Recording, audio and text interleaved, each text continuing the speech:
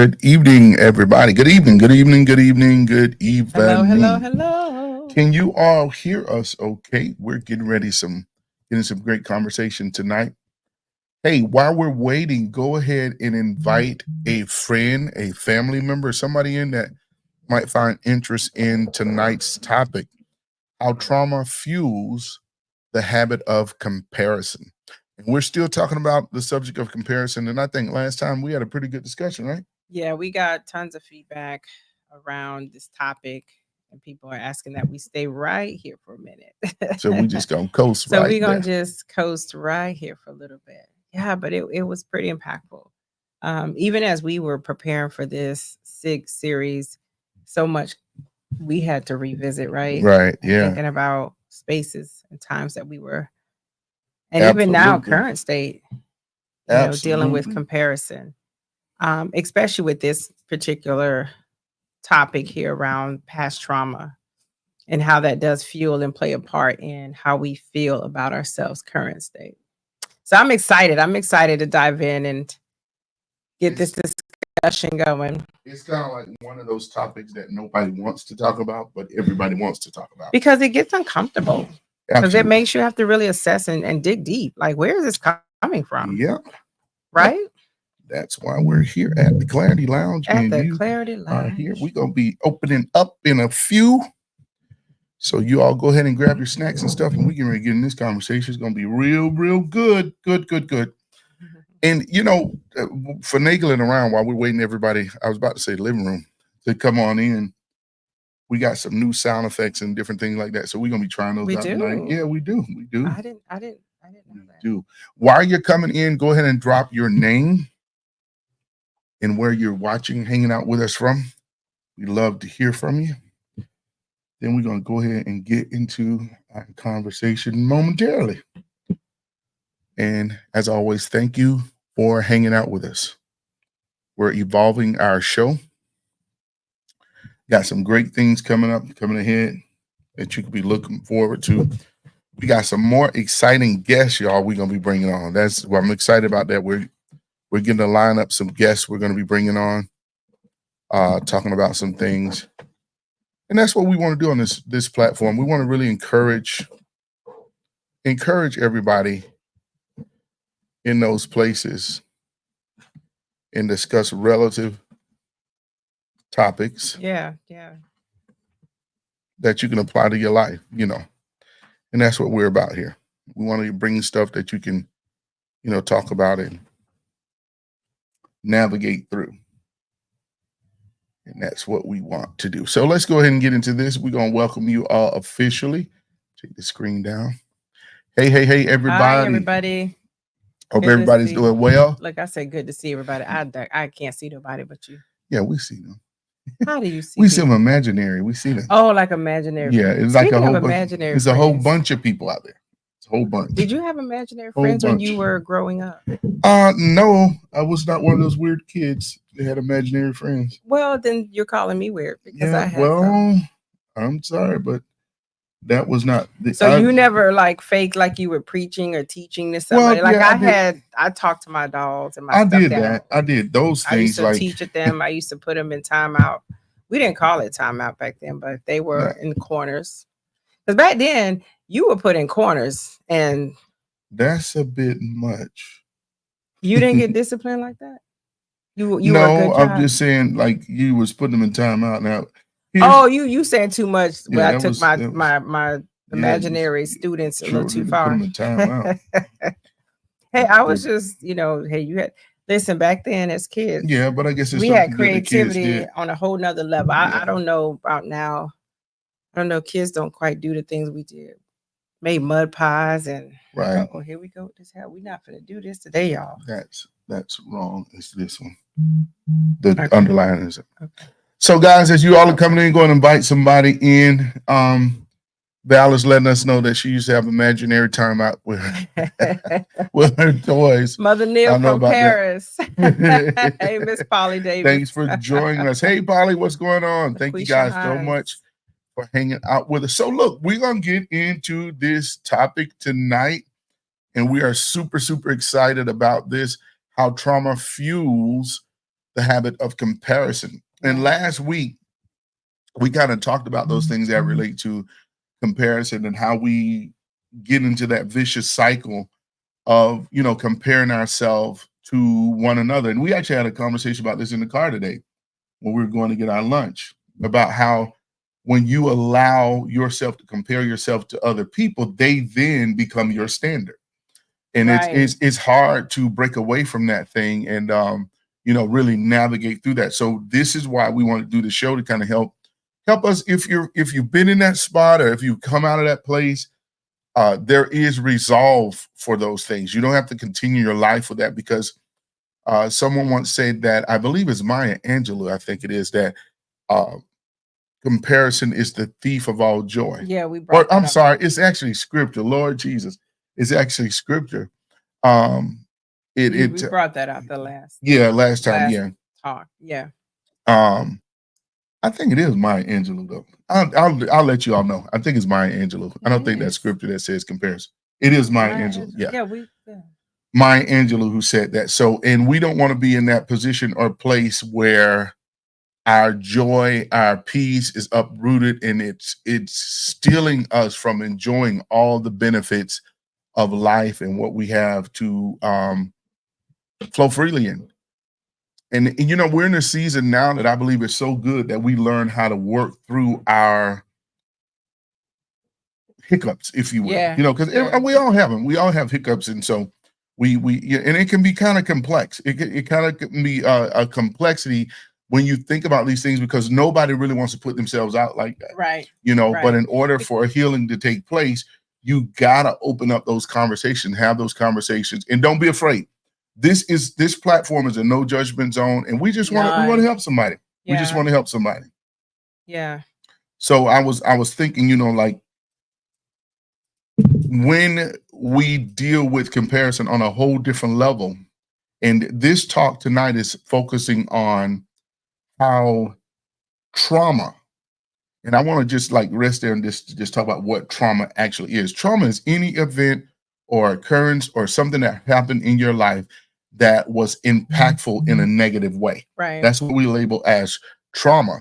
And it could be anything. It could be you stump your toe, or you could somebody, it doesn't necessarily have to be anything like really drastic, like somebody run over your car, Right. but it could be whatever that impact you in a negative way.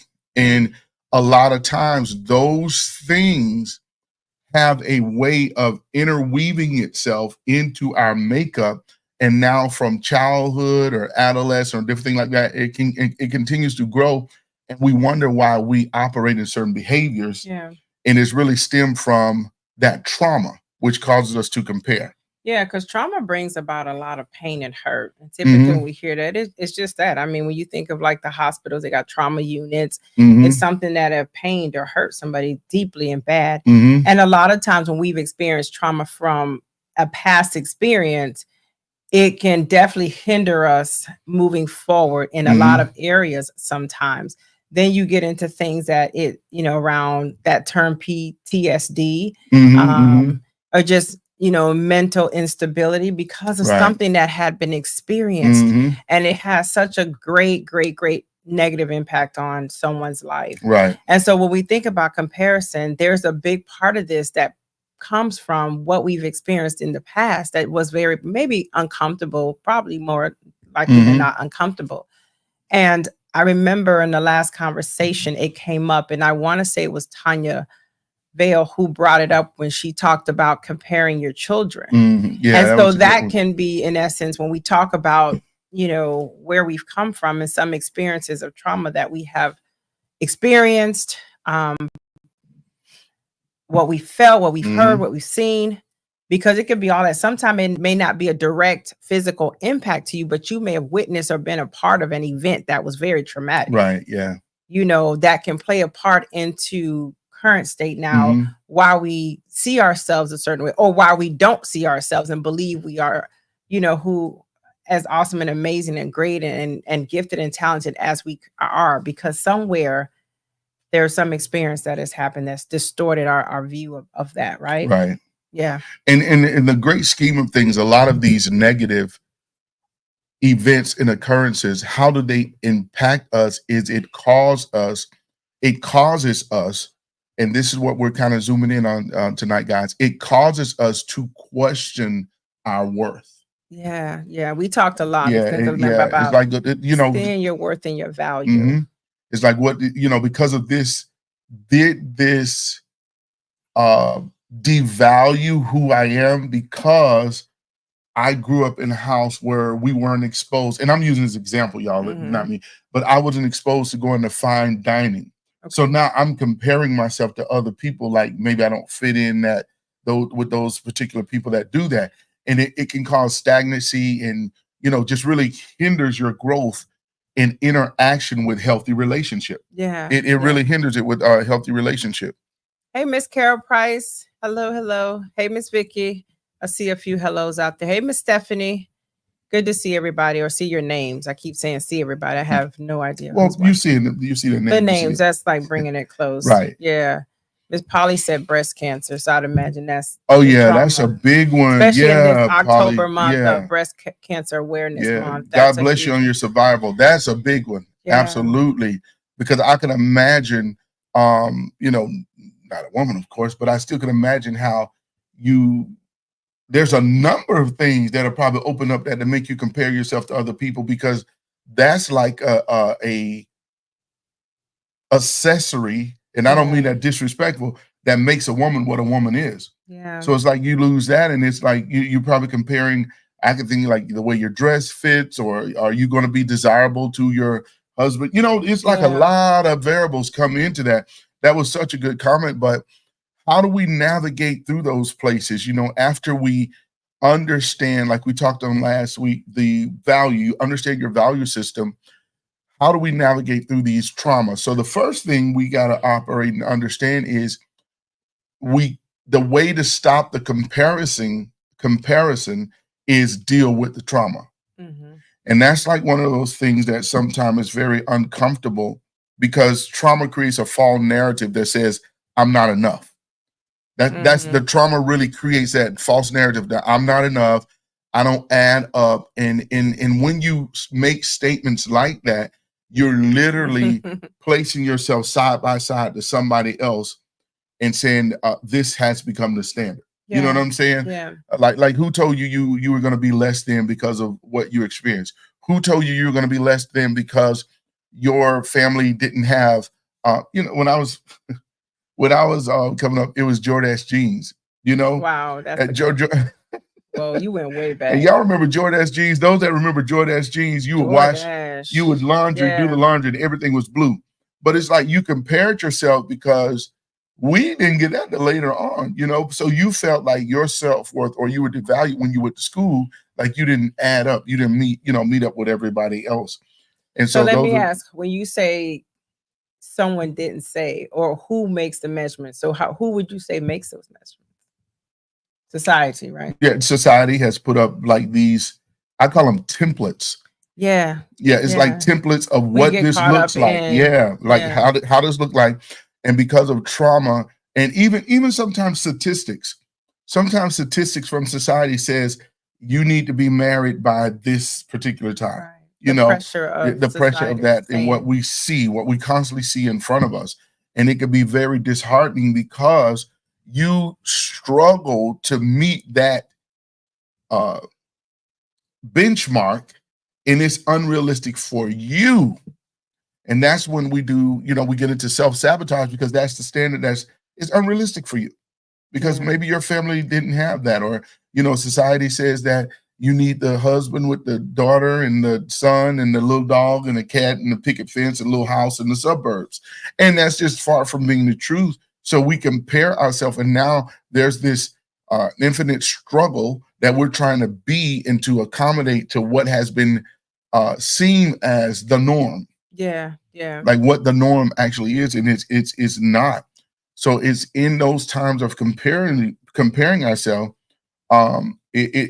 it causes us to draw back a lot of time from engaging in healthy conversations and different things that really um experience people that want to befriend you. Yeah. But Yeah. it's because that mental block is in your head. You can't go further than that. So You know? what would you say is, so I love what you're saying there, because it's identifying what's the blockage, what's the trauma of that you've experienced that could potentially be the hindrance that's in the way, with whatever. I think it's just knowing each person has to assess themselves and ask the question around why, why do I feel I don't belong, or why do I feel I don't measure up, or why do I feel I'm not enough? Where is it coming from? And is Mhm. it something that you have heard? Is it something that you Mhm. have seen? Is it something that you've experienced or witnessed, typically in a trauma state and in the past? So once it's identified, what do you do from there? I think What do you do? Where does the work start? everybody's effort of walking free from it is different. And I think I want to back up and kind of talk about the categories of the trauma and how it can play a part. Mm-hmm. And then we see it operation in our life. And one is like childhood abuse or neglect. So when you think about those things, in that trauma will cause you to compare or feel like you missed something in your family dynamic. You know what Yeah. I'm saying? Like, So an and example. yeah, go ahead. No, Go I ahead. was going to say you were going to give an example. I So have one too. yeah, go ahead. You go. So I just think about, that's a great one, because a lot of times when we think about a neglectful situation, everybody's story isn't like, the silver spoon story. Mhm. Some of us, our parents have had to do a lot to just maintain. And so where you had to just do your best to earn living. I know, and this is not a bad on my parents ever, because I have amazing parents, Mhm. still do, Mhm. and I say still do, even though my father's gone, but he instilled so much. But there was times that, there was, when I think of childhood and just that hard knock life, if you Mhm. will, there were just moments where we didn't go school shopping like most kids, in terms of like spending a ton of money and Right. all these. Yeah. Like, you just had to be glad you're going to school, and if you Mhm. had 1 or 2 outfits, that's just what you had to make do with, Right. because it's like it's either between food and living and having a roof over your head, or you Mhm. more concerned about trying to be in the latest fashions, Right. even when we Yeah. were younger. And so my parents was like, nah, that's not how we spend the dollar. Like, Mhm. we're going to use wisdom, and this is how it's going to go. But then when you're feeling, back then I used to feel so bad, like, man, other kids, compare myself to other kids that have this. And, then you start making up excuses and Right. acting like I didn't want to go to school because I'd be semi-embarrassed, Mhm. Yeah. because kids can be cruel They people. can. I Yeah. think we always say kids are cruel. Yeah. People are cruel, point blank, period. We have a Mhm. way of picking out, and you don't know someone's story. That's Right. why you got to be careful what you put your mouth on. You do not know someone's story. And it wasn't all the time necessarily that my parents didn't do didn't have to do. It's just they Mhm. were choosing, like, no, our ends need to be met in other areas. And it's Mhm. not trying to keep you in the latest fashion as a kid. You just got to learn to be, Mhm. appreciative of what you have. But as a kid, that is not what you want to hear. Right. And so I'll be honest, that was hard. That was Yeah. traumatic in a sense of trying to hear, like, being picked on, Yeah. and people kind of joking, because back then we say bobos, and Yeah. whatever. Yeah. I People had remember. like the fake chucks or anything like that. And Yeah, it's because like, it like they would say, buy your shoes from the. I remember people to buy your shoes from the supermarket. Like, you yeah, get your shoes from the grocery store. yeah, And it was like, it was cruel, and you was like, "Oh, this is all I can afford." And a yeah, lot of time it was, you could be a nice person, but kids are cruel. They don't care. So what it did, it shells you up. yeah. And it makes you start changing your perception of what really matters in life. And then you start feeling like you just don't belong, Mhm. and so then it does create a level of comparison, because then you start wondering, well, why didn't I have? Why don't we have? Why are we in Mhm. this situation? What put us here? Mhm. And it Mhm. can create a level of resentment, which is why, Yeah, that's it. when, and thank Mhm. God I worked through that. But there was points, and I've had to talk to my parents about this Mhm. before. Like, I just felt like, well, hey, that wasn't cool. That wasn't Mhm. fun. Like, you all put us in this situation, Right. and then you start blaming, Mhm. blaming your parent or blaming your siblings, and so I know Mhm. that's a stretch of an example, but that's No, just what I mean. no, but that's good. I think this is a really good comment that Mother Neil made. When I lost my mother, when I saw other daughters with their mother after a year or so, I would compare them to the possibility of what my mother and I would be doing. Mm, That's powerful there, and it would make me cry. That's exactly what we're talking about, because of that comparison, Yeah.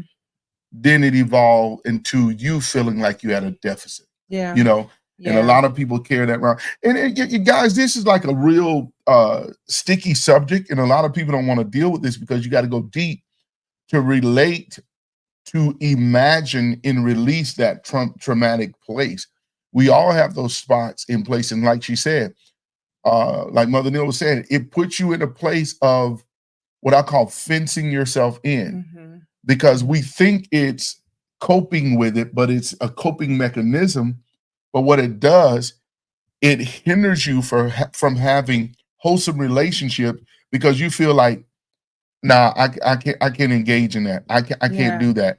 And that's far from being the truth, you know. And just to catch up those that are just joining, just keep in mind, we're talking about how trauma affects, comparison in our current life.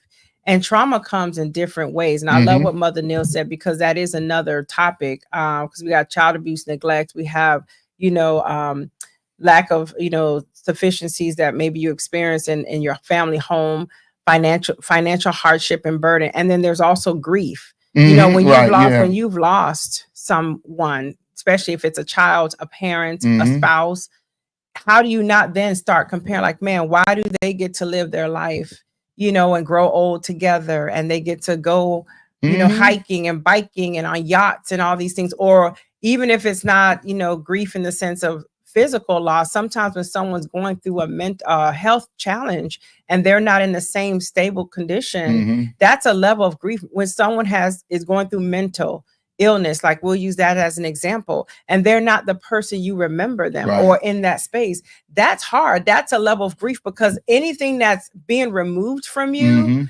that you no longer have, that can bring about grief. Grief is not just the loss of a loved one. There's different levels of grief, and there's different types of grief that you experience. And the grief is a process, and those are unplanned situations that bring about a thought of comparison. And most of us operate in comparison when we don't intentionally even know that we are.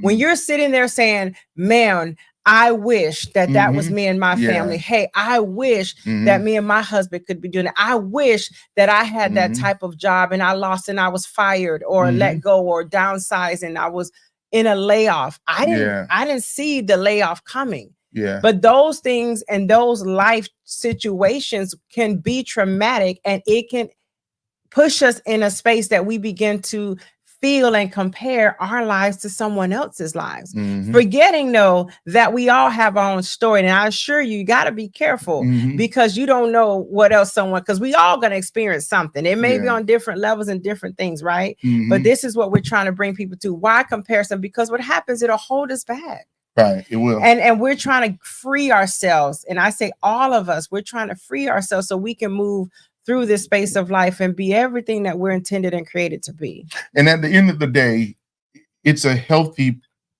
place of working through the trauma. Yes. But what we're focused on, guys, tonight, don't make yourself feel like you're missing or less than because of that. Because of what you've experienced. Yeah, because of what you experienced.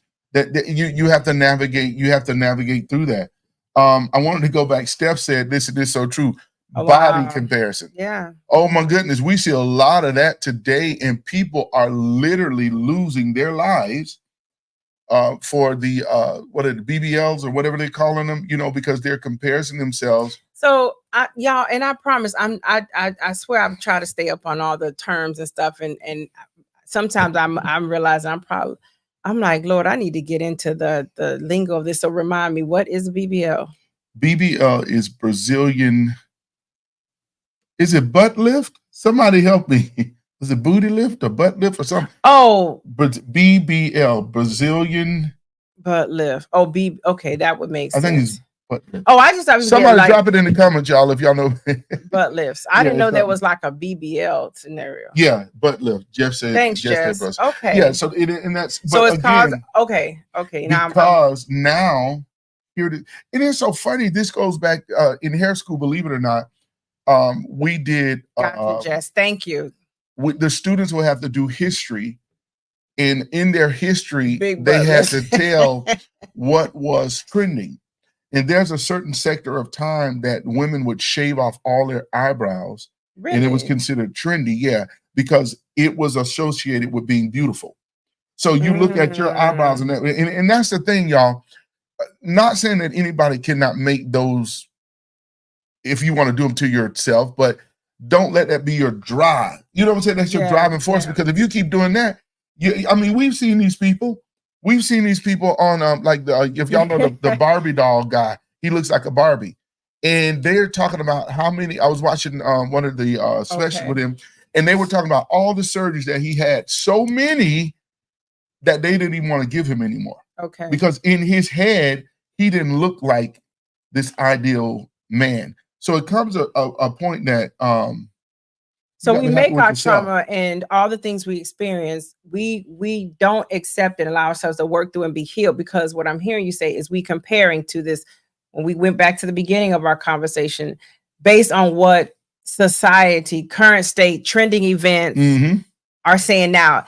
And it's interesting you talk about that because it is trends. That's what trends are. Trends come and trends go.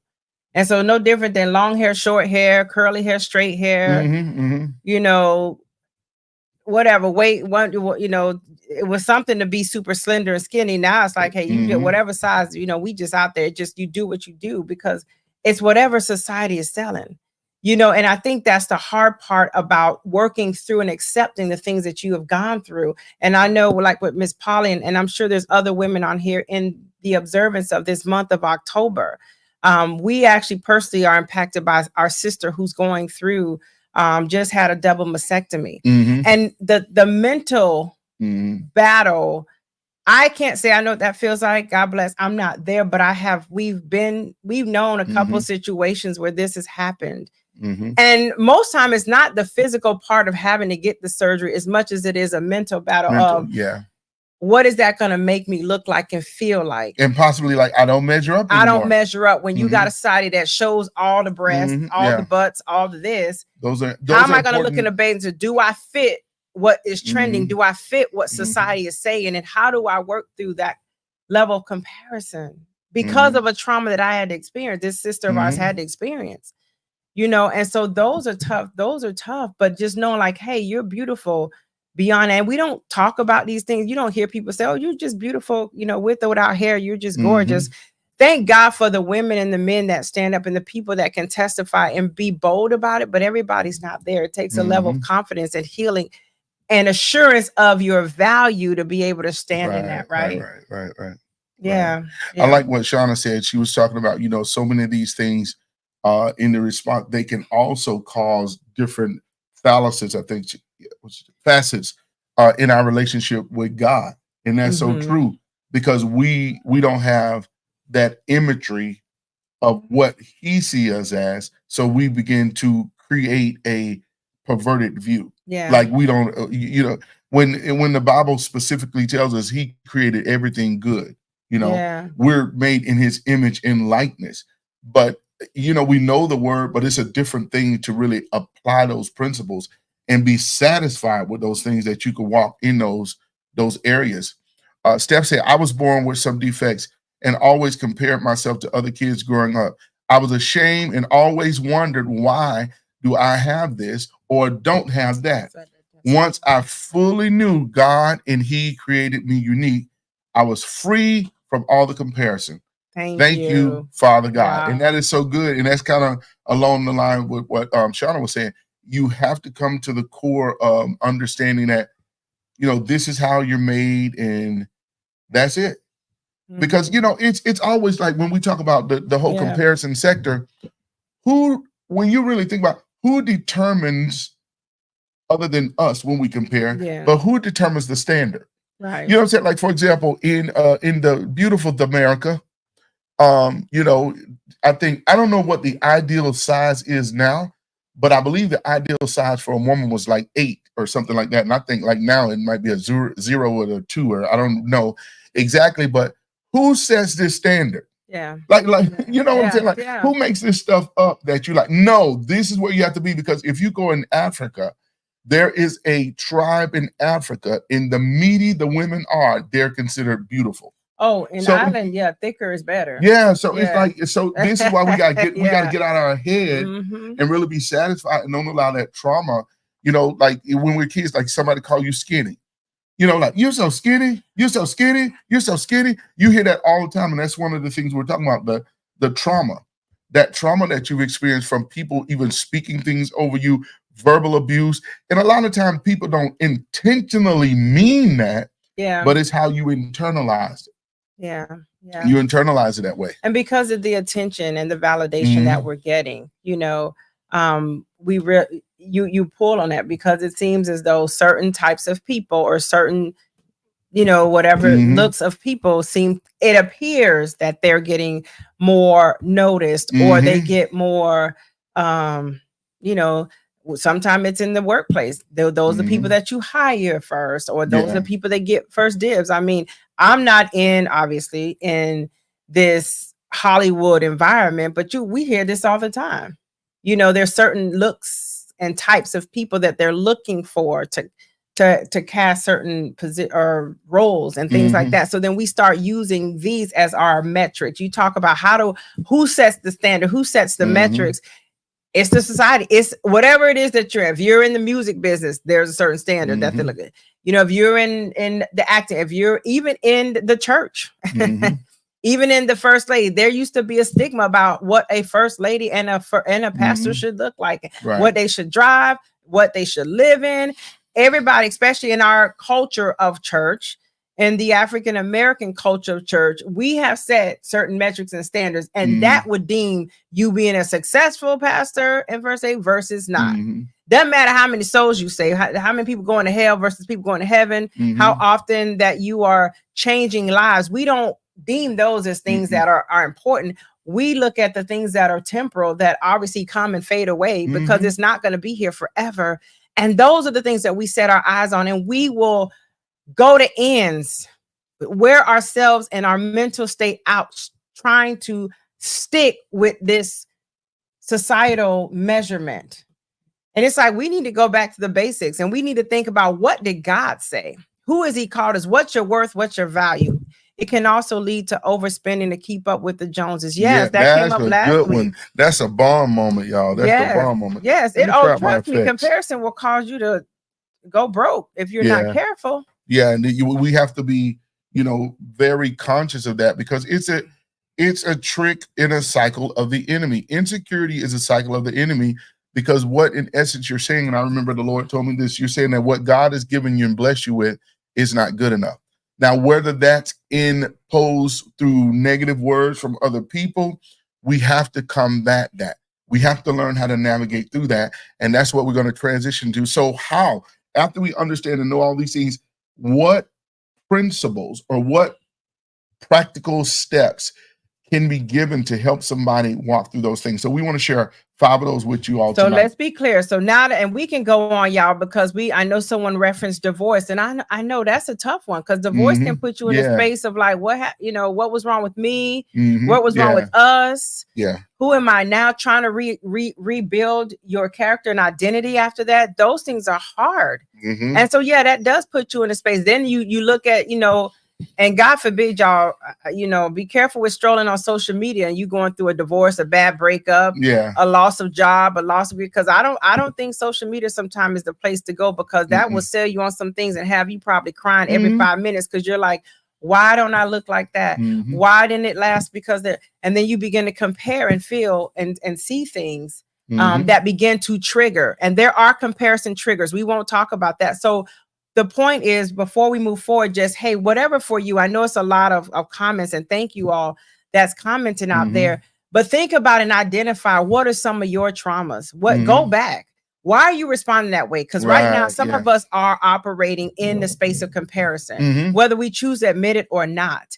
But ask yourself, why is that? Where is it coming from? Was it past trauma? And what is that trauma? And then the next steps, we're going to give you 5 ways, because we believe in bringing you, not just leaving you stuck on identifying problems, but where are we trying to take you to is, what do you do? And not to say this is the only thing. We're just telling you things, and we will tell you some of this. When we're sharing, it has worked for us. Trust you me. It has worked for us. Things that we are trying and have tried. It was funny you said that, and this is so good. If y'all enjoying the conversation, I put some thumbs up in there. And you know what? It's not too late to invite your friend. your buddy, your pal. Go ahead and invite them into the conversation.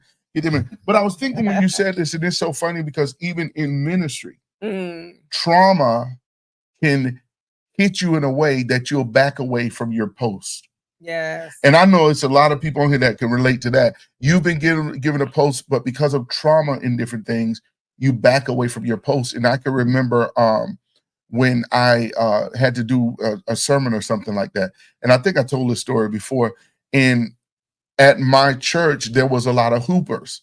And for those of you that don't know what hoopers are, they, you know, and a lot of people don't like that, and it's fine, it's okay, but it's a place for it. In the most traditional churches, I love when people hoop. It's not for everybody. But my thing was what I did, because somebody told me, you don't do that. And they didn't say it in a negative way, but remember, we're talking about the impact of trauma in comparison, but they said it in a way like, they said, your messages are only 15 minutes. And it stuck with me. I'm like, okay, well, what am I not doing? I have more to say. But, and I would, you remember I used to end my messages, and my pastor used to always say, like Dre said, I'm like, well, that's all I got to say. I would end my messages like that. And I would sit down feeling rotten because I compared myself to the way the other ministers delivered. And that was their framework. Yeah. You know what I'm saying? Yeah. That was how they delivered. We are authentic and unique, God's given gifts. We are the gifts. Yeah. And I don't want to just circle it to ministry, but I thought that was a good segue, because what it did, it made me back up. I didn't want to minister no more. Yeah. And like my pastor would ask me something like, y'all, this is what I would do for real.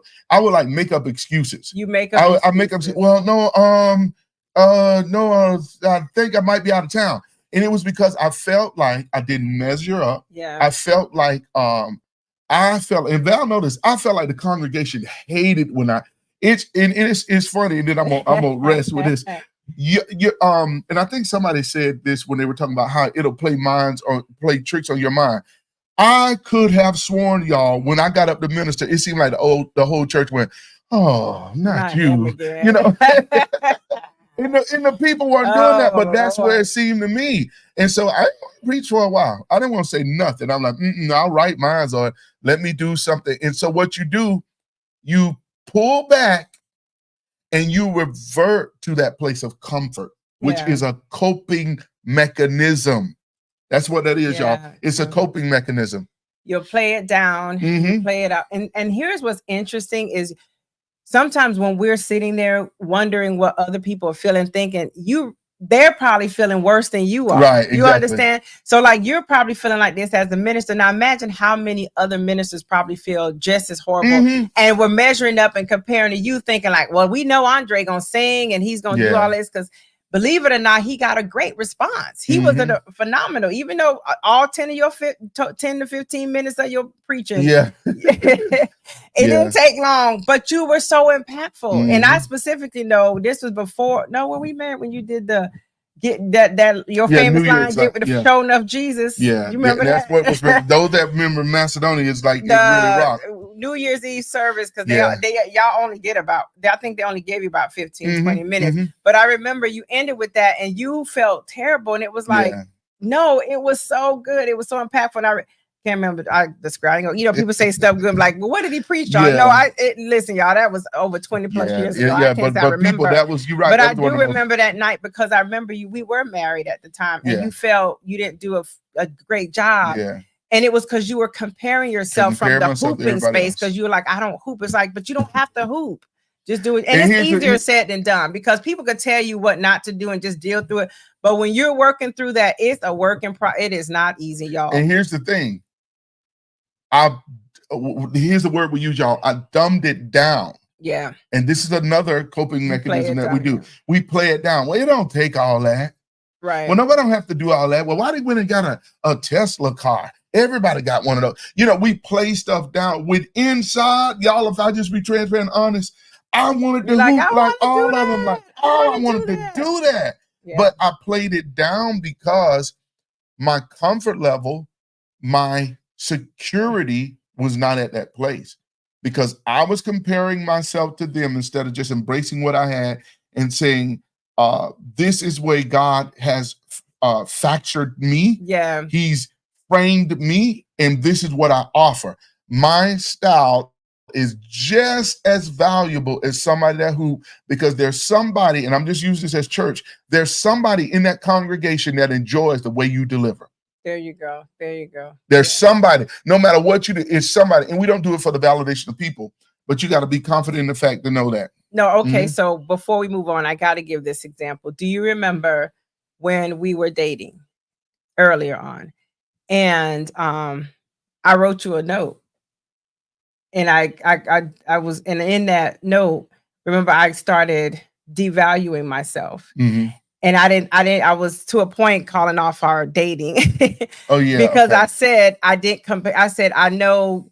And now I'm trying to write in this note, you all, what I believed he felt. And instead of asking him, I already was playing myself down, and I was, and I already had an insecurity about my body type, because and I mean, and I don't care. I'm just making sure. Well, tell the whole thing, because you got to get a commentary. Why? Because if you're safe to say that, if like it was because, like you said, the women that I were dating. Oh, yeah. I'm going there. So because a lot of the women just seem to be, just not full figure bad, but like, real busty, real bootyish, and I'm not like bootyish. Okay, real busted bootyish. I don't think back then, I don't think it was BBL. It was just how they were full, figured. And I was pretty slender. I don't have backside like that. And I've accepted it. I'm good to go. But they filled out their clothes. I didn't quite fill out mine. Praise God for Jesus. But I have a beautiful heart, right? Yeah.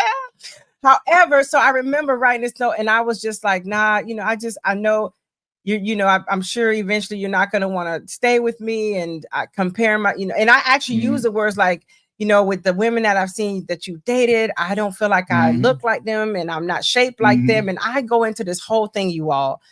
And then so much so that I'm like, so I just think, let's just be friends. And so now he never told me that I was, or anything about my body shape or type was a problem. No. I'm already playing myself down, because I keep thinking someday he's either going to cheat or he's going to leave me based on this. Wow, that's good. So let me go ahead and just kibosh this. Let's cut it off now. Just cut it off now. And forfeit something that could, by the fact we're about to celebrate 25 years of marriage, we wouldn't be sitting here if we had stayed in that space. And I thank God, because he came back to me and he was like, I'm not with you for that. And of course he said all the right things, because that's just what, and he got to be God. But also, I used to joke. I'm like, boy, you had some lines. I think he used words from songs back then. No, I did know. Because your moves were playable. Biv DeVoe was my teacher. Biv DeVoe. BVD, BVD, and they told me something. BBD. Biv DeVoe. Yeah. And they told me something that stuck with me, and I want to share this teaching moment with you for the fellas that might be watching.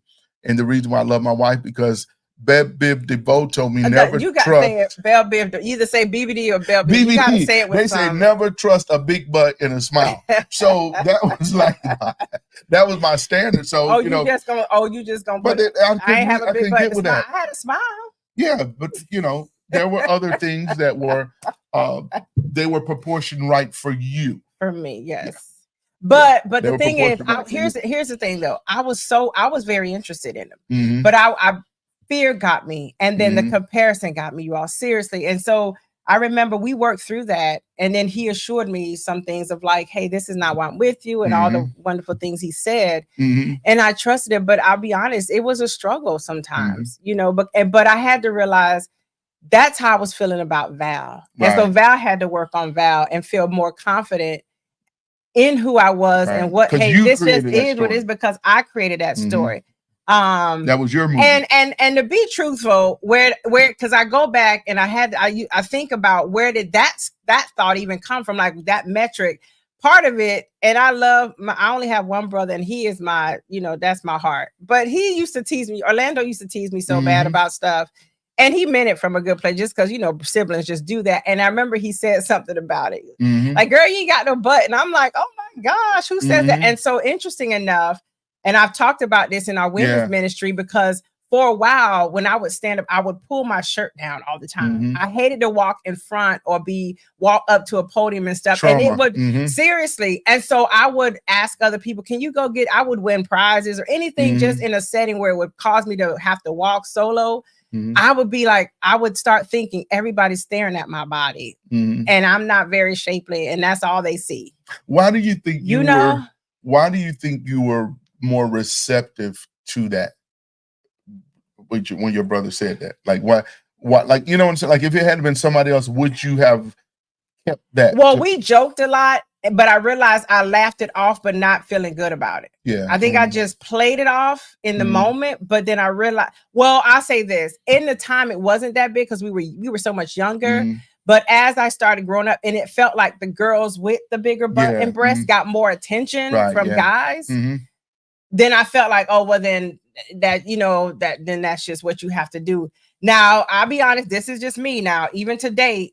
I'm not the person that wants to go get surgery done because I don't want nothing to sag. I don't want to be cut on. No. I've only had one surgery necessary, and we're not doing that. At the end of the day, I'm like, this is who I am. You understand? And so I'm not trying to alter that for the sake of attention. And I'm married. I don't have to do that. But even still, if I can't do it by way of just working out and kind of toning up some things, it's just because I realize this is who God created. And it goes back to what Miss Stephanie said. You got to just be okay with you and you got to work through your own trauma and your own demons and things that are holding you back. And that used to be as comical and as silly as it may sound. That was huge for me, y'all. It was huge for me because I felt I didn't sit in certain arenas or get certain attention in the dating arena for that reason. And then I started thinking, well, what is wrong with me? And so then it was like, all right, well, just is what it is. And I had to work through that for sure. Right. Yeah. And it's so befitting because it stems in what we're saying with the whole trauma. Yeah. And that's it's like, what have you heard? What have you seen? What have you experienced? That is still playing in your head and creating a blockage, a hindrance from you moving forward.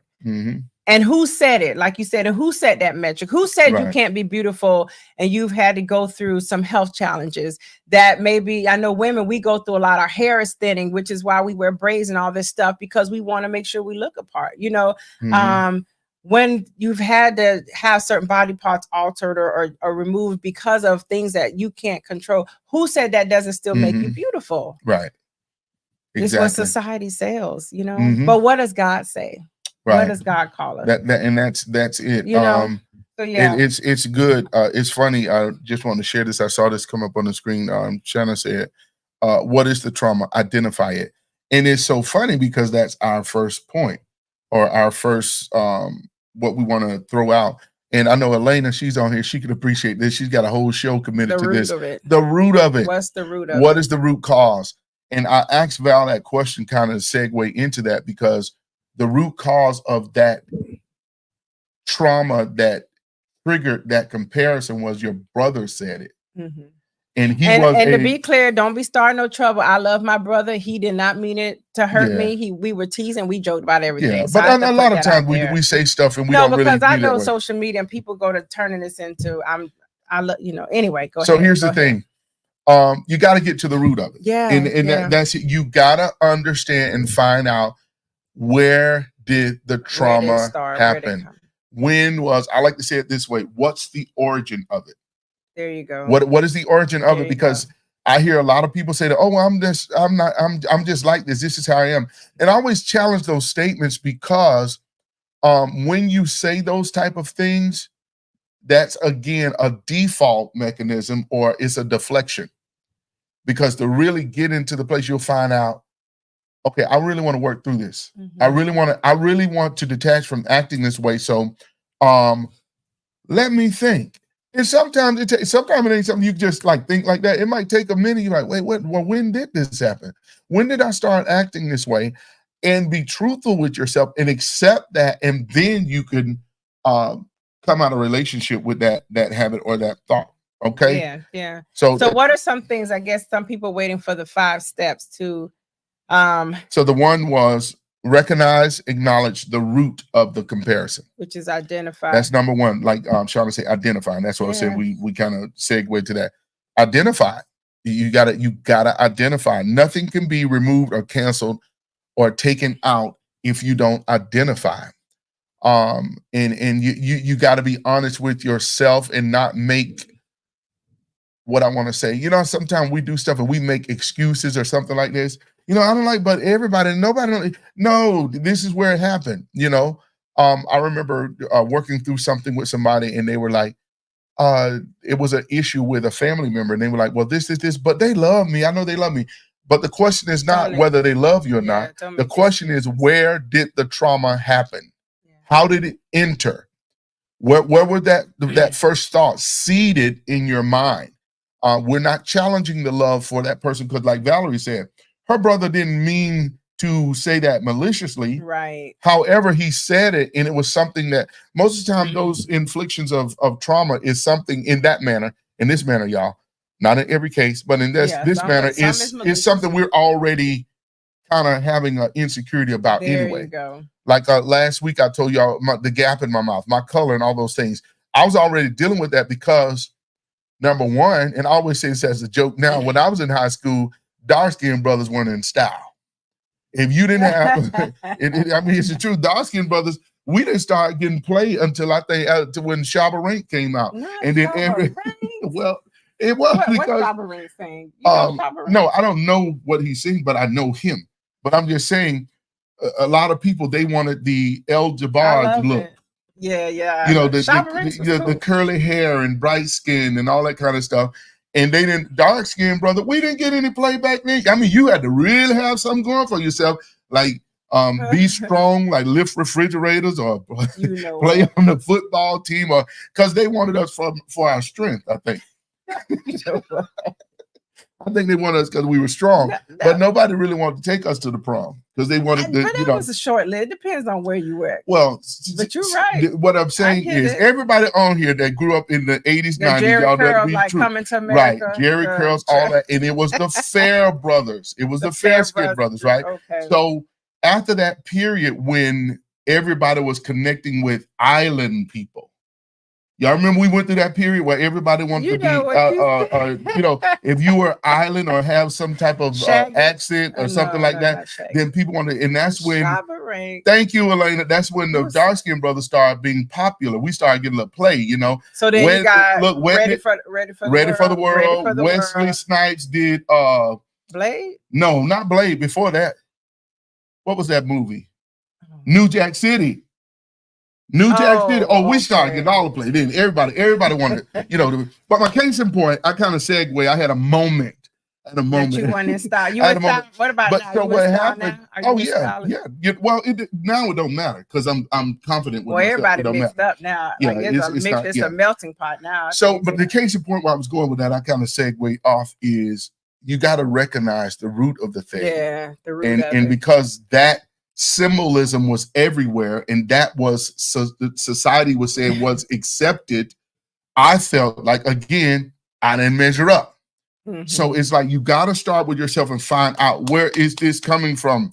Are you looking at too much social media? What's going on with that? Then number two is stay focused on your own journey. Yes. Which means put blinders on your eyes and just be consuming what you're doing. And y'all, this is something that we got to do. And I do it from time to time because we're all are subject to it if we be totally honest. I don't care the most confident person in the world, because social media and different things like that, advertisement, why do y'all think they do them that way? Like I remember this one a while back where they had the, I don't know if it was a peanut butter sandwich or something, but she was doing a striptease. It was a candy bar, and it's the power of suggestion. It's suggestion, and they're saying that this is good. You need this. Yeah. You need to have this because it's gonna make your life better. The cars now, you see the cars with the family. They also strategically, I don't know if y'all seen this now. A lot of the commercials are showing interracial relationships and also same-sex relationships. Mm-hmm. Why? Because they want you to feel like something is missing with you. and you need to get this. So you got to recognize the root of that stuff and stay focused on your own journey. Now, let me tell you, it's interesting you talk about that, because I actually had someone at work make this comment, and I thought it was interesting because they were like, yeah, no, I want to marry outside of my race because I want beautiful children. And I'm thinking, well, children could be beautiful regardless of the race, same race. It doesn't matter. It's just children. I'm like, I mean, some of them may come out a little different. I get it, but that has nothing to do with the mixture race, because you can have interracial couples and the kids aren't just the most. But I mean, and then they say something like good hair, not as if that's the only thing. But to your point is, what did they see that they're measuring that against? You know what I mean? And because most time we want to say, oh, mixed kids look, almost 100% of the time, 99.9% because of the time, we're going to say mixed kids look a certain way. They look, I mean, because in a good way, so you get this attention, and I thought that was interesting. I'm like, wow, that's what that's you forget the healthy baby and just want to be blessed that you have a baby when people are struggling to have children. You just worry about trying to have the cute baby. But again, it's the standard. Well, thank you. To any parent, I would hope your children look cute. It's the standard that has been set, because if you're a kid and you have, let's say, a dark-skinned baby with extra tight hair, no teeth. No, not no teeth. He's a baby. Well, babies are coming. But out I'm saying teeth now. Hold on. But let's say a dark-skinned baby with extra tight hair, and maybe his skin's out. Now, people, and I've heard people say this, they'll say so, oh, that's a cute little black baby. Why do they need to say that? Where if it's like and I know it's kind of weird going a different way, but it's true. That's the way the comparison is, because society has told us in order to deem your baby as cute, they got to first of all have what? Curly hair. They got to be fair skinned. And don't throw no green eyes in them. Don't let the child come with no green or blue eyes. They baby so gorgeous. And if you could make that baby dark skinned, it was the same baby, he wouldn't get that response. Well, one of our friends, and that brings me to, I mean to cut you off, but yes, I hear what you're saying, and that makes sense, because we do that often. We add that little tag as if to say most black kids wouldn't be beautiful. Right, exactly. Because remember, we got a friend and someone said to her, wow, you could dance to be a big girl. Yeah. And she said she's sitting there like, why did that? You just say you could, like, wow, I didn't know you could dance, period. You don't have to add as a big girl, as if regardless of your size, you can and can't dance. Like, people dance regardless of their weight and size. You've seen dancers thin, you've seen dancers thick.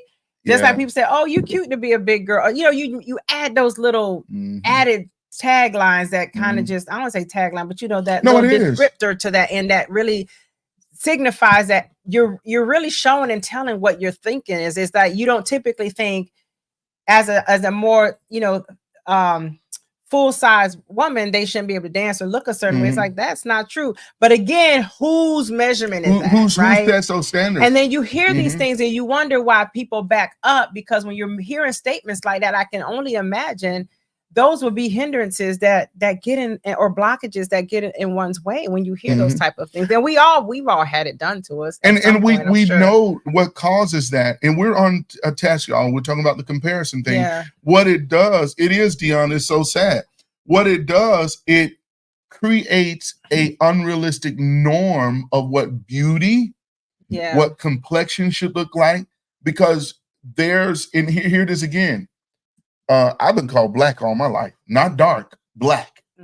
So when you think about it, so I'm looking through magazines and you don't see anybody that look like you. And that's what I'm saying. Like, now you just start seeing a lot of dark, like true dark-skinned brothers that are being used in certain, publications and different things like that. It's more because it's more accepted now. But back in the day, it was like fair skin, different things like that. And that's what accepted. So what it did, it cast a type of what I want to say, a verbal discount to other people that didn't fit that brand. So now you got to try to work through this. You got to try to work through this stuff. And that's true. And I know we can, again, there's just so many layers, and we're going to continue this conversation because we really want people to start thinking about, when you're in that space, how are you, well, we're going to give you tools, but how can you start really working on self to be more confident? Because the ugly truth is, it's going to happen, you all, in this society. People are very cruel. People are very opinionated. People have very huge thoughts, whether it's something that they want to say they were born to, but it's the atmosphere of what they're in and surrounded by that makes them feel and want to talk and make these statements around people. Because even in the workplace, and you said something critical, a lot of times when we're dealing with comparison, it's when we don't see people that look like us, whatever that is, whether it's a disability, whether it's a color, whether it's in the workplace, when you don't have people of the same, I know African Americans, or they say people of color, sometimes you don't see them at the top sometimes. And so that's where you have a lot of organizations really diving into and spending more time within that DE&I space, because that does hinder people. Because oftentimes, and I can speak for being in corporate, you want to try out for certain higher level roles, but when you don't see people like that, you feel like, man, I don't know that I could ever be there. I don't know that I could ever run, unless it's your own business. And we're changing that narrative, and thank God for that. But some of us still deal in that space. And it's an unconscious bias and all these things that we have there, but we've got to identify that so that we in ourselves, though, don't hold yourself back because you may not see someone that looks like you, regardless of what you've been through, regardless of what you've looked like. God has called you, and whatever God has ordained and called you to be, you're going to pursue it as long as you get out of your own way, though. You got to get out your way, right? Which is henceforth number 2. We got to move Focus fast, y'all. on We your already journey. almost at our time. Thank you so much for your comments, y'all. I like what Miss Sandra said. I want to put this back up here. She said she grew up in the 60s and she used to hear he or she is nice looking for a colored person. Wow. And these are narratives that have been spun, and then like, what everybody you mean for a color person? Yeah. Like, just thank you. Everybody, he or she looks nice. Exactly. Period. Exactly. That's it. We don't have to add nothing else Exactly. to it, right? And it's like, it's one of those things we have to be aware too. Because I said that to people, like, and not knowing, like, oh my God, you've gained so much weight. Oh, you done gained so much weight. Yeah. And you don't realize the impact of that trauma and how it's going to cause people to compare themselves. So now they're going home about to jump off the curb because of something you said. You didn't mean it maliciously, but it was taken that way. Ms. Z said, you want to take that one? I see it all the time in the salon. If you have a dark-skinned girl and a light-skinned girl with long hair, they will say that little girl with the long hair is pretty and not acknowledge the dark-skinned girl. Wow. Yeah, that's huge. That's huge. Yeah. All right, guys. So we got it. Y'all enjoying this conversation? Give us a thumbs up. This has been good for us. We're really enjoying it. So we're going to give you these principles real fast of how to work through. These are 5 effective ways to conquer comparison. Yes. Stemming from trauma.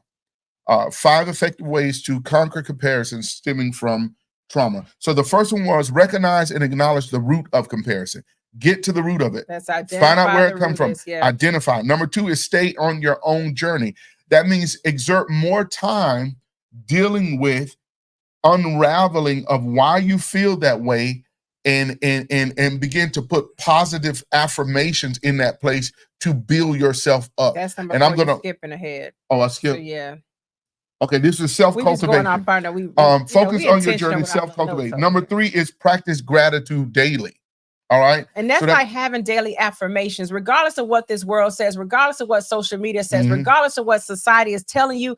What does God say about you? Yeah, and I know we teach this often and agree with it. If you don't know, get in the Word of God.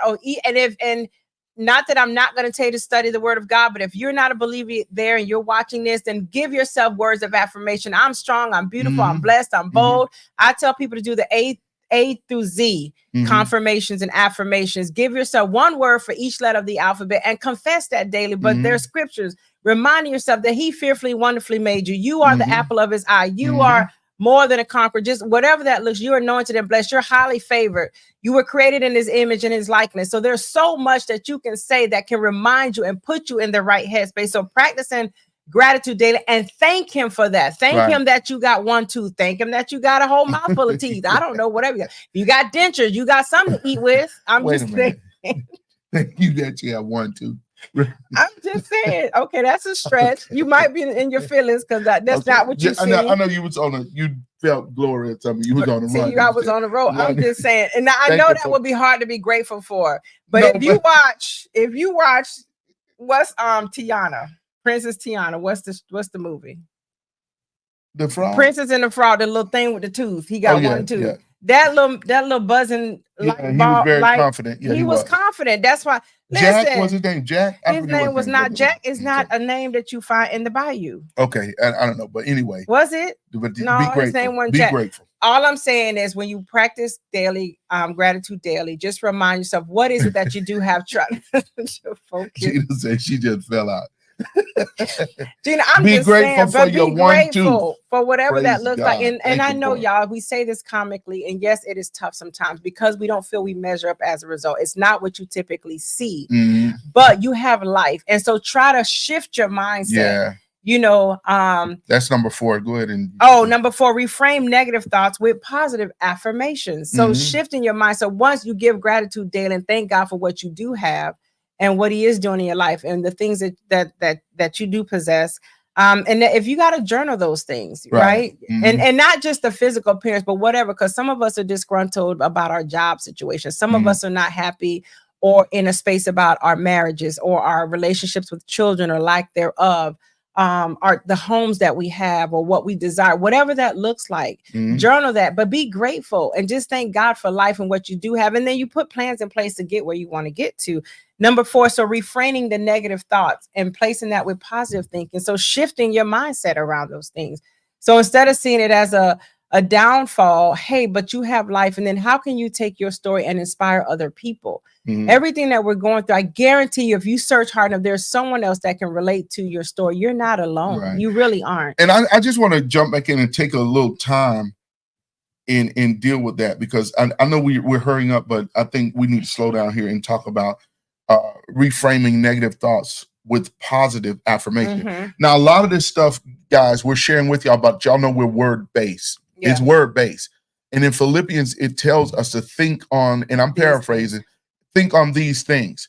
And it gives a whole list Whatsoever of things things. are lovely, Lovely, pure, honest, honest, beautiful, pure, good yeah, of report, good any virtue, report. any praise. Think on these things. Yes. So you have to, and watch this, y'all. I want to say this to somebody because I feel led to say this. Don't get frustrated with the repetitiveness, if there's a word, of the journey. Yeah. Because it takes time. You're learning and wiring your mind a new behavior. It's a new system of belief. Yeah. So in doing that, you have to be patient. I tell people this all the time. My journey, this is not something I read. I did this. When I was dealing with insecurities, I used to write on my mirror in the bathroom while I'm brushing my teeth. I used to see those words until I became convinced that's what I was. So Yeah. you have to be intentional and you have to be continual with your efforts. Then you're going to get the results. This is not something you do for 3 weeks and then you're like, well, it ain't work. No. You've got to cause your mind to shift into a dynamic that is detached from whatever seed has been sown in your head verbally. All right. Yeah. Scripture says it this way: be transformed by what? The renewing of your mind. So it's a process. Yes. It's a process, and it happens over a process of time that you get those. So those And give negative yourself thoughts. permission and patience to work Mhm. through that because it is a process, because it didn't just happen overnight, especially if some of us are going real deep. Right. Yeah. From the little Mhm. girl and the little boy within us. There's things that some of us are still dealing with, and that's why it shows up now. And so some of us have been silenced, where we don't have a voice. Someone, I want to insert this when talking about it. We got a call from last week's message, starting with comparison, and we were like, okay, did you enjoy it? How'd it go? And they were sharing, and they began to weep because they said that was them. They were Yeah. silenced, and they realized that they see themselves in a place, but it's like, how do I get there? And I Yeah. find myself comparing, like, I want to open up and speak out more. I want to open up and talk more. And they're verbatim, they said, I don't feel I can contribute to any conversation. Yeah. Mhm. And I go, where did that come from? And it's something that their mother said to them that silenced them and made them feel like, when you talk, you sound like this, or you don't make, or whatever it was. I'm not, You don't couple make any things, sense or something. you don't make sense. A couple things they shared. And so from this, and this is an adult person now. Yeah. Yeah. That all these years is dealing with this, and this is what we're talking about. You got to go back and figure out where did it come from? What was said to you? What did you experience? What did you hear? What did you see? Yeah. And then how to work through that. And so anyhow, I just want to bring that That's up. That's good. good. And that's what makes this platform worthwhile, because we had enough. When I tell y'all seriously, we're not just saying this because we're not doing this for the gram or the FaceTube or InstaChat. We're not doing it for that. but for real, there are testimonials that are coming in where it's really impacting lives. And that's what that's why we love this platform. And I thank God for allowing us a space that Valerie and I can partner in other than the church. But the last one we want to do, and this is a hard one for people, but when you think about this, a lot of our discontentment comes from outside sources. Yeah. Yeah. I'm gonna let that simmer for a minute, y'all. A lot of our discontentment comes from outside sources. You scrolled and saw something. Or you clicked and saw this, you see, and I used it last week when we were talking, the whole thing with the pajamas and the family, and it's nothing wrong with that, but it depends on where you are. If you're not in such a great space and people doing all the pajama stuff, it's going to set you off. So perhaps instead of pajamas, maybe I'll do t-shirts or just do what your family does. That's nothing. Some things are just not in your capacity or makeup, y'all. And that's what you got to be okay with. And maybe your family can't be 12. Maybe it's just you and your little dog. Then get on the stairs. Can I just be for real, y'all? and this gonna be a stern word, but I'm gonna say it this way. Some stuff, and some of y'all not gonna like this, but I'm gonna say it, because this is the Clarity Lounge. We want to bring you to clarity. Some stuff you just got to get over it.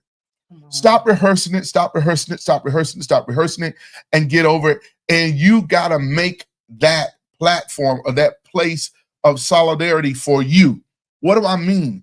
If you want to do pictures with folk on a stair and nobody won't cooperate, I'm going to tell you about Andre Neal. If it's something I want to do, and if nobody want to do it, and it's something I'm going to do it. I'm going to do it. So a lot of times those relationships, when we heed the trauma, we're in a place of unhealthy comparison. It opens the floor. It opens the doorway to the ugly, I don't want to say spirit, the ugly habit of codependency. Yeah. Y'all hear what I'm saying? And open the door for codependency. Now there's a healthy relationship, because I'm the community guy. We're talking about that in church, but things gotta be put in a healthy balance. You know what I'm saying? Because now some families just aren't that kind of family that want to do pajamas on the stairs. But then again, why do we do that? No, what I'm saying, what I'm saying, one person in the family sees it, they're trying to rally everybody to go do that. First of all, you don't have stairs in your home, so that isn't gonna work. But what I'm saying, it's okay. Find out what's in your outfit. That's why when it comes to marriages, some things this just not for your marriages. Yeah. Dre and I figured that out a while ago. There's things we used to try to do, and we would laugh. So it's or the work involves, because we see people do it on social media, like all the darn juices. We giggled about being at this. Y'all, we don't have time, but we'll have to pick this one up later when we're to that fine dining restaurant, Sambuca's. Oh yeah. Y'all, we were like the Clampets. Up in this fine dining, because it ain't even about money. It's just that's just not our vibe. We just like to have fun. We giggle, we laugh. So you put us in a space that we got to be too uptight. It don't really work for he and I. Believe it or not, people think it because they'll look at the way we dress and assume things about us. But he and I together in spaces that are, we call them like real stuffy and tight. We are. Yeah, we were in a. We were comfortable Clampets. That's what we were. And so real quick, we'll end on this. We'll end on this because we gave the 5. Y'all got the 5? No, you never got to the 5. Yes, I did. You said limit. Okay, the 5th one is limit your social media consumption. Yeah. You got to turn it off. Get off it. So we're going to end with this story. If y'all want to hear the story, give me a thumbs up. Let's get some interaction. If you want to hear the story, give me some interaction. And Shauna, thank you. Elder Norma, those who that put the 5 effective way so people can go back and, because guys, we want to give value. We don't want to just be on here running our mouths, and we want things that you can actually walk away with and implement in your life. But if y'all want to hear the story, give me some thumbs up. And if you don't, we'll go ahead and click off. If you don't want to hear the story, and I think before you go to the story, let's be clear on number 5, limiting social media consumption. He led into it. That's the obvious. I think we've talked about that extensively.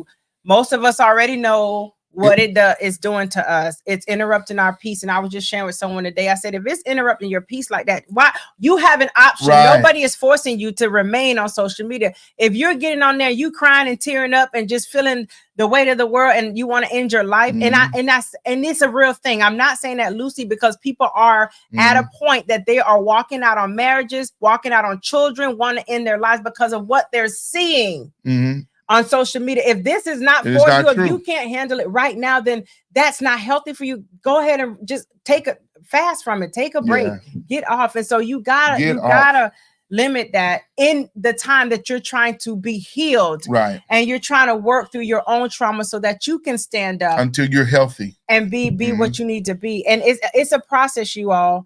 But we're trying to give you tools and things that we've had to do to do the work. And then when you feel refreshed and you're ready to handle that, then you go back there. But until then, y'all, be careful of that. It's a setup. Absolutely. It's a setup. So we got thumbs up. All right. So the story. So here's the story. And we're going to end with this. We're going to end with this. So Valerie and I had the opportunity, because those that don't know, my background is I'm a hairstylist. So we do this show every year in Atlanta called the Bronner Brothers, and it's a big hair show. And so we went there with some friends. Now, mind you, Atlanta's culture is much different from Orlando's culture. So we had some friends, and I don't want to say they were, I ain't gonna say they were bougie. I don't want to say they were bougie, but they were of the upscale. Like high-end. Yeah, they like high end. They weren't stuffy, but they like high end stuff. Well, we weren't quite accustomed to that. We didn't know. So they agreed to take us out to this place. And it was a number of things that, I would do different now, but they agreed to take us out to this place. So we, Val there, we want to share a good time. Like, sure, we'll go, we'll hang out with you all. So they take us to this place. And I know Elena in Atlanta, I don't know if she remembers this place, but it's called Sambuca's. It was at that time. I don't think it's open anymore now. Now, we knew nothing about Atlanta because it was in, what's the Buckhead? What was the Hyatt part? Yeah, y'all help me out. Whatever that part. I think it was Buckhead. Buckhead, where the Lenox Mall and all this stuff. We knew nothing about, like, that was the. Elena said, "Yeah." Is that? I don't even know. We didn't know that was like upscale for real. The upscale we were used to back then was Red Lobster. Okay. That was upscale. So we go into this restaurant. So we're pulling up, Buckhead, y'all. Yeah. They had the lanterns outside that were heated because it was kind of cool.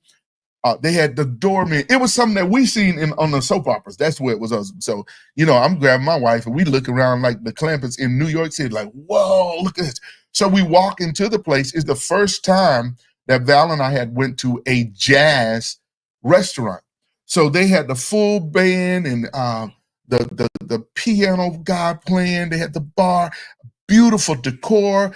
It was seats, like velvet everywhere. Velvet. Like velvet. They had like draping velvet and the whole theme of the restaurant was like animal print. So they had like zebra pillows and tapestries and purples and reds and gold frills and all this stuff. So we walking in just looking around like this. And so the first sign we should have known something was different, when they took the order, they gave the menu and it was like 75 dot.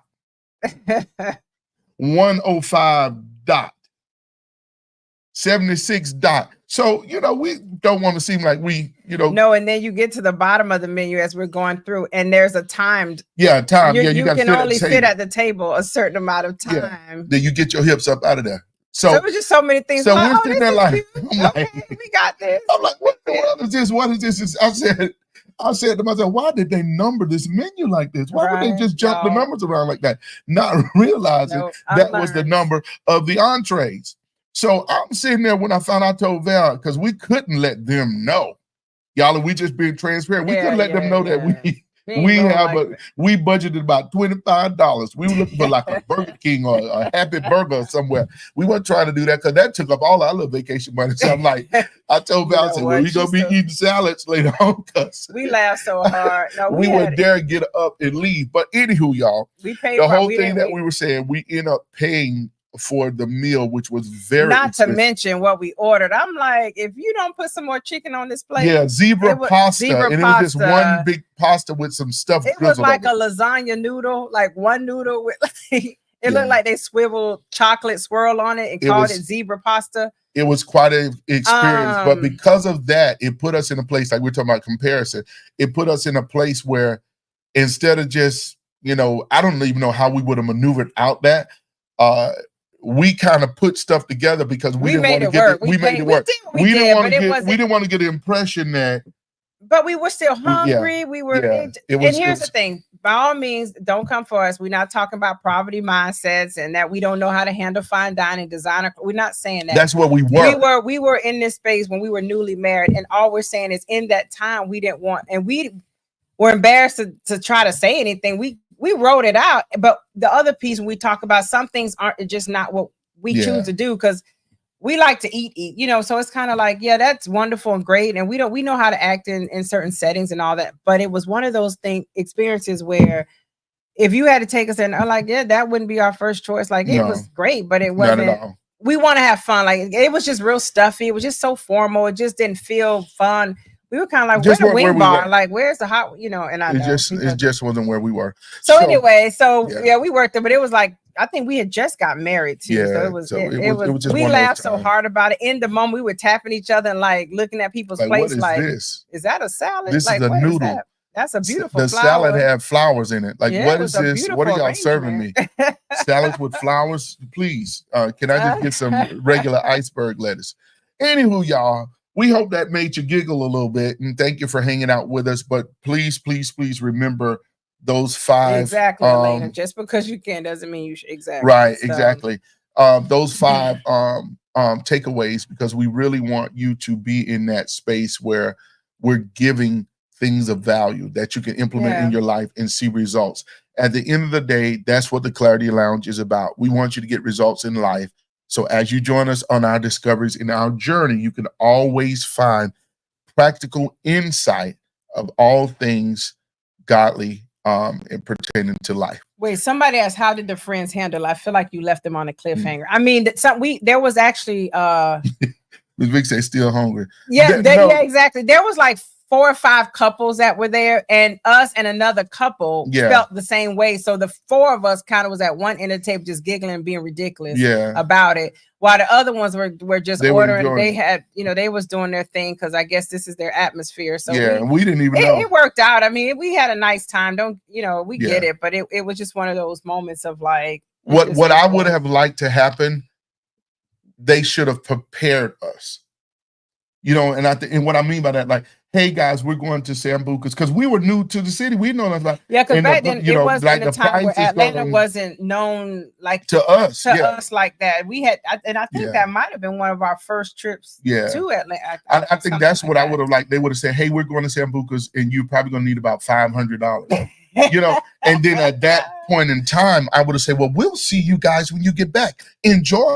Enjoy your. That's why you got to ask questions, because we just riding and going along. We just going. But anyhow, it turned out to be a nice. It turned out to be a nice. Yeah, it was really nice. Did, but it was interesting. So I think in comparison, bringing that back. Yeah, I think we went way out there tonight, y'all. But we love to have fun. Thank you guys for joining. Don't forget to go to our website if you get an opportunity and register for. We like to stay in contact with you. I'm putting it on the screen now. That's not it.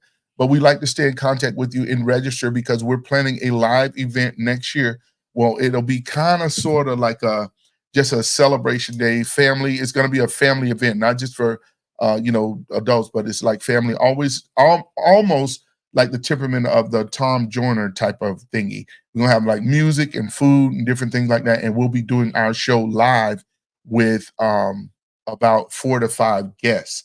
And we'll be talking about topics. So as you register, you'll register for our newsletter, and we'll connect with you, and we'll be sending out different things. And for those the first 10 people that register, we're going to send you a nice gift to your house. So, and it's not going to be a coffee mug. It will not be a t-shirt. So, and it's not going to be a pen. But for those that are the first 10 that register, we're going to send you something really nice, a nice gift for partnering with us and just be on the lookout for those things that are dropping to come your way. Thanks again, guys. I feel that we have done our jobs tonight. And if you're in Atlanta area, please visit Sambuca and let us know Do how they your even experience have was. Sambuca? I don't know if it's even open anymore, but you can give it a Okay. try. Ask somebody. I'll ask Elena if they're still open or something. I don't know. But thank you guys What so can we much. expect next week? Next week, we'll be continuing the whole month. What we're doing, we're theming the month. So this month was centered around comparison. So next week, you could, come back to our same station. I was about to say same bat time. And we'll be talking Did you about, say bat time? we'll Is be that talking about Batman, bro? more, yeah, Batman back in the 70s. We'll be talking about more ways of detaching from those habits of comparison. So, guys, we hope something was said that was helpful to you all. Have a good night. And remember to go to YouTube, click share, click like, Hey, subscribe, that's a lot of and the bell icon to be notified when we I don't drop think you content. you said a lot. Yeah, but they got to do How all does that. it flow? Isn't it like a way you're supposed to say it that like flows? Yeah, like I said it. No, that's how you say it. Click like, Click like, share, click. and hit the bell icon to be notified for content when it drops. Oh, Y'all have a good one, because I think we kind of rambling on now. But you all have a great evening, and we'll see you next week, next Monday, if the Lord's will, at 7 o'clock. Don't forget to invite a friend and tell them how awesome the Clarity Lounge is. God bless y'all. take care, Have everybody. a Have a great good night.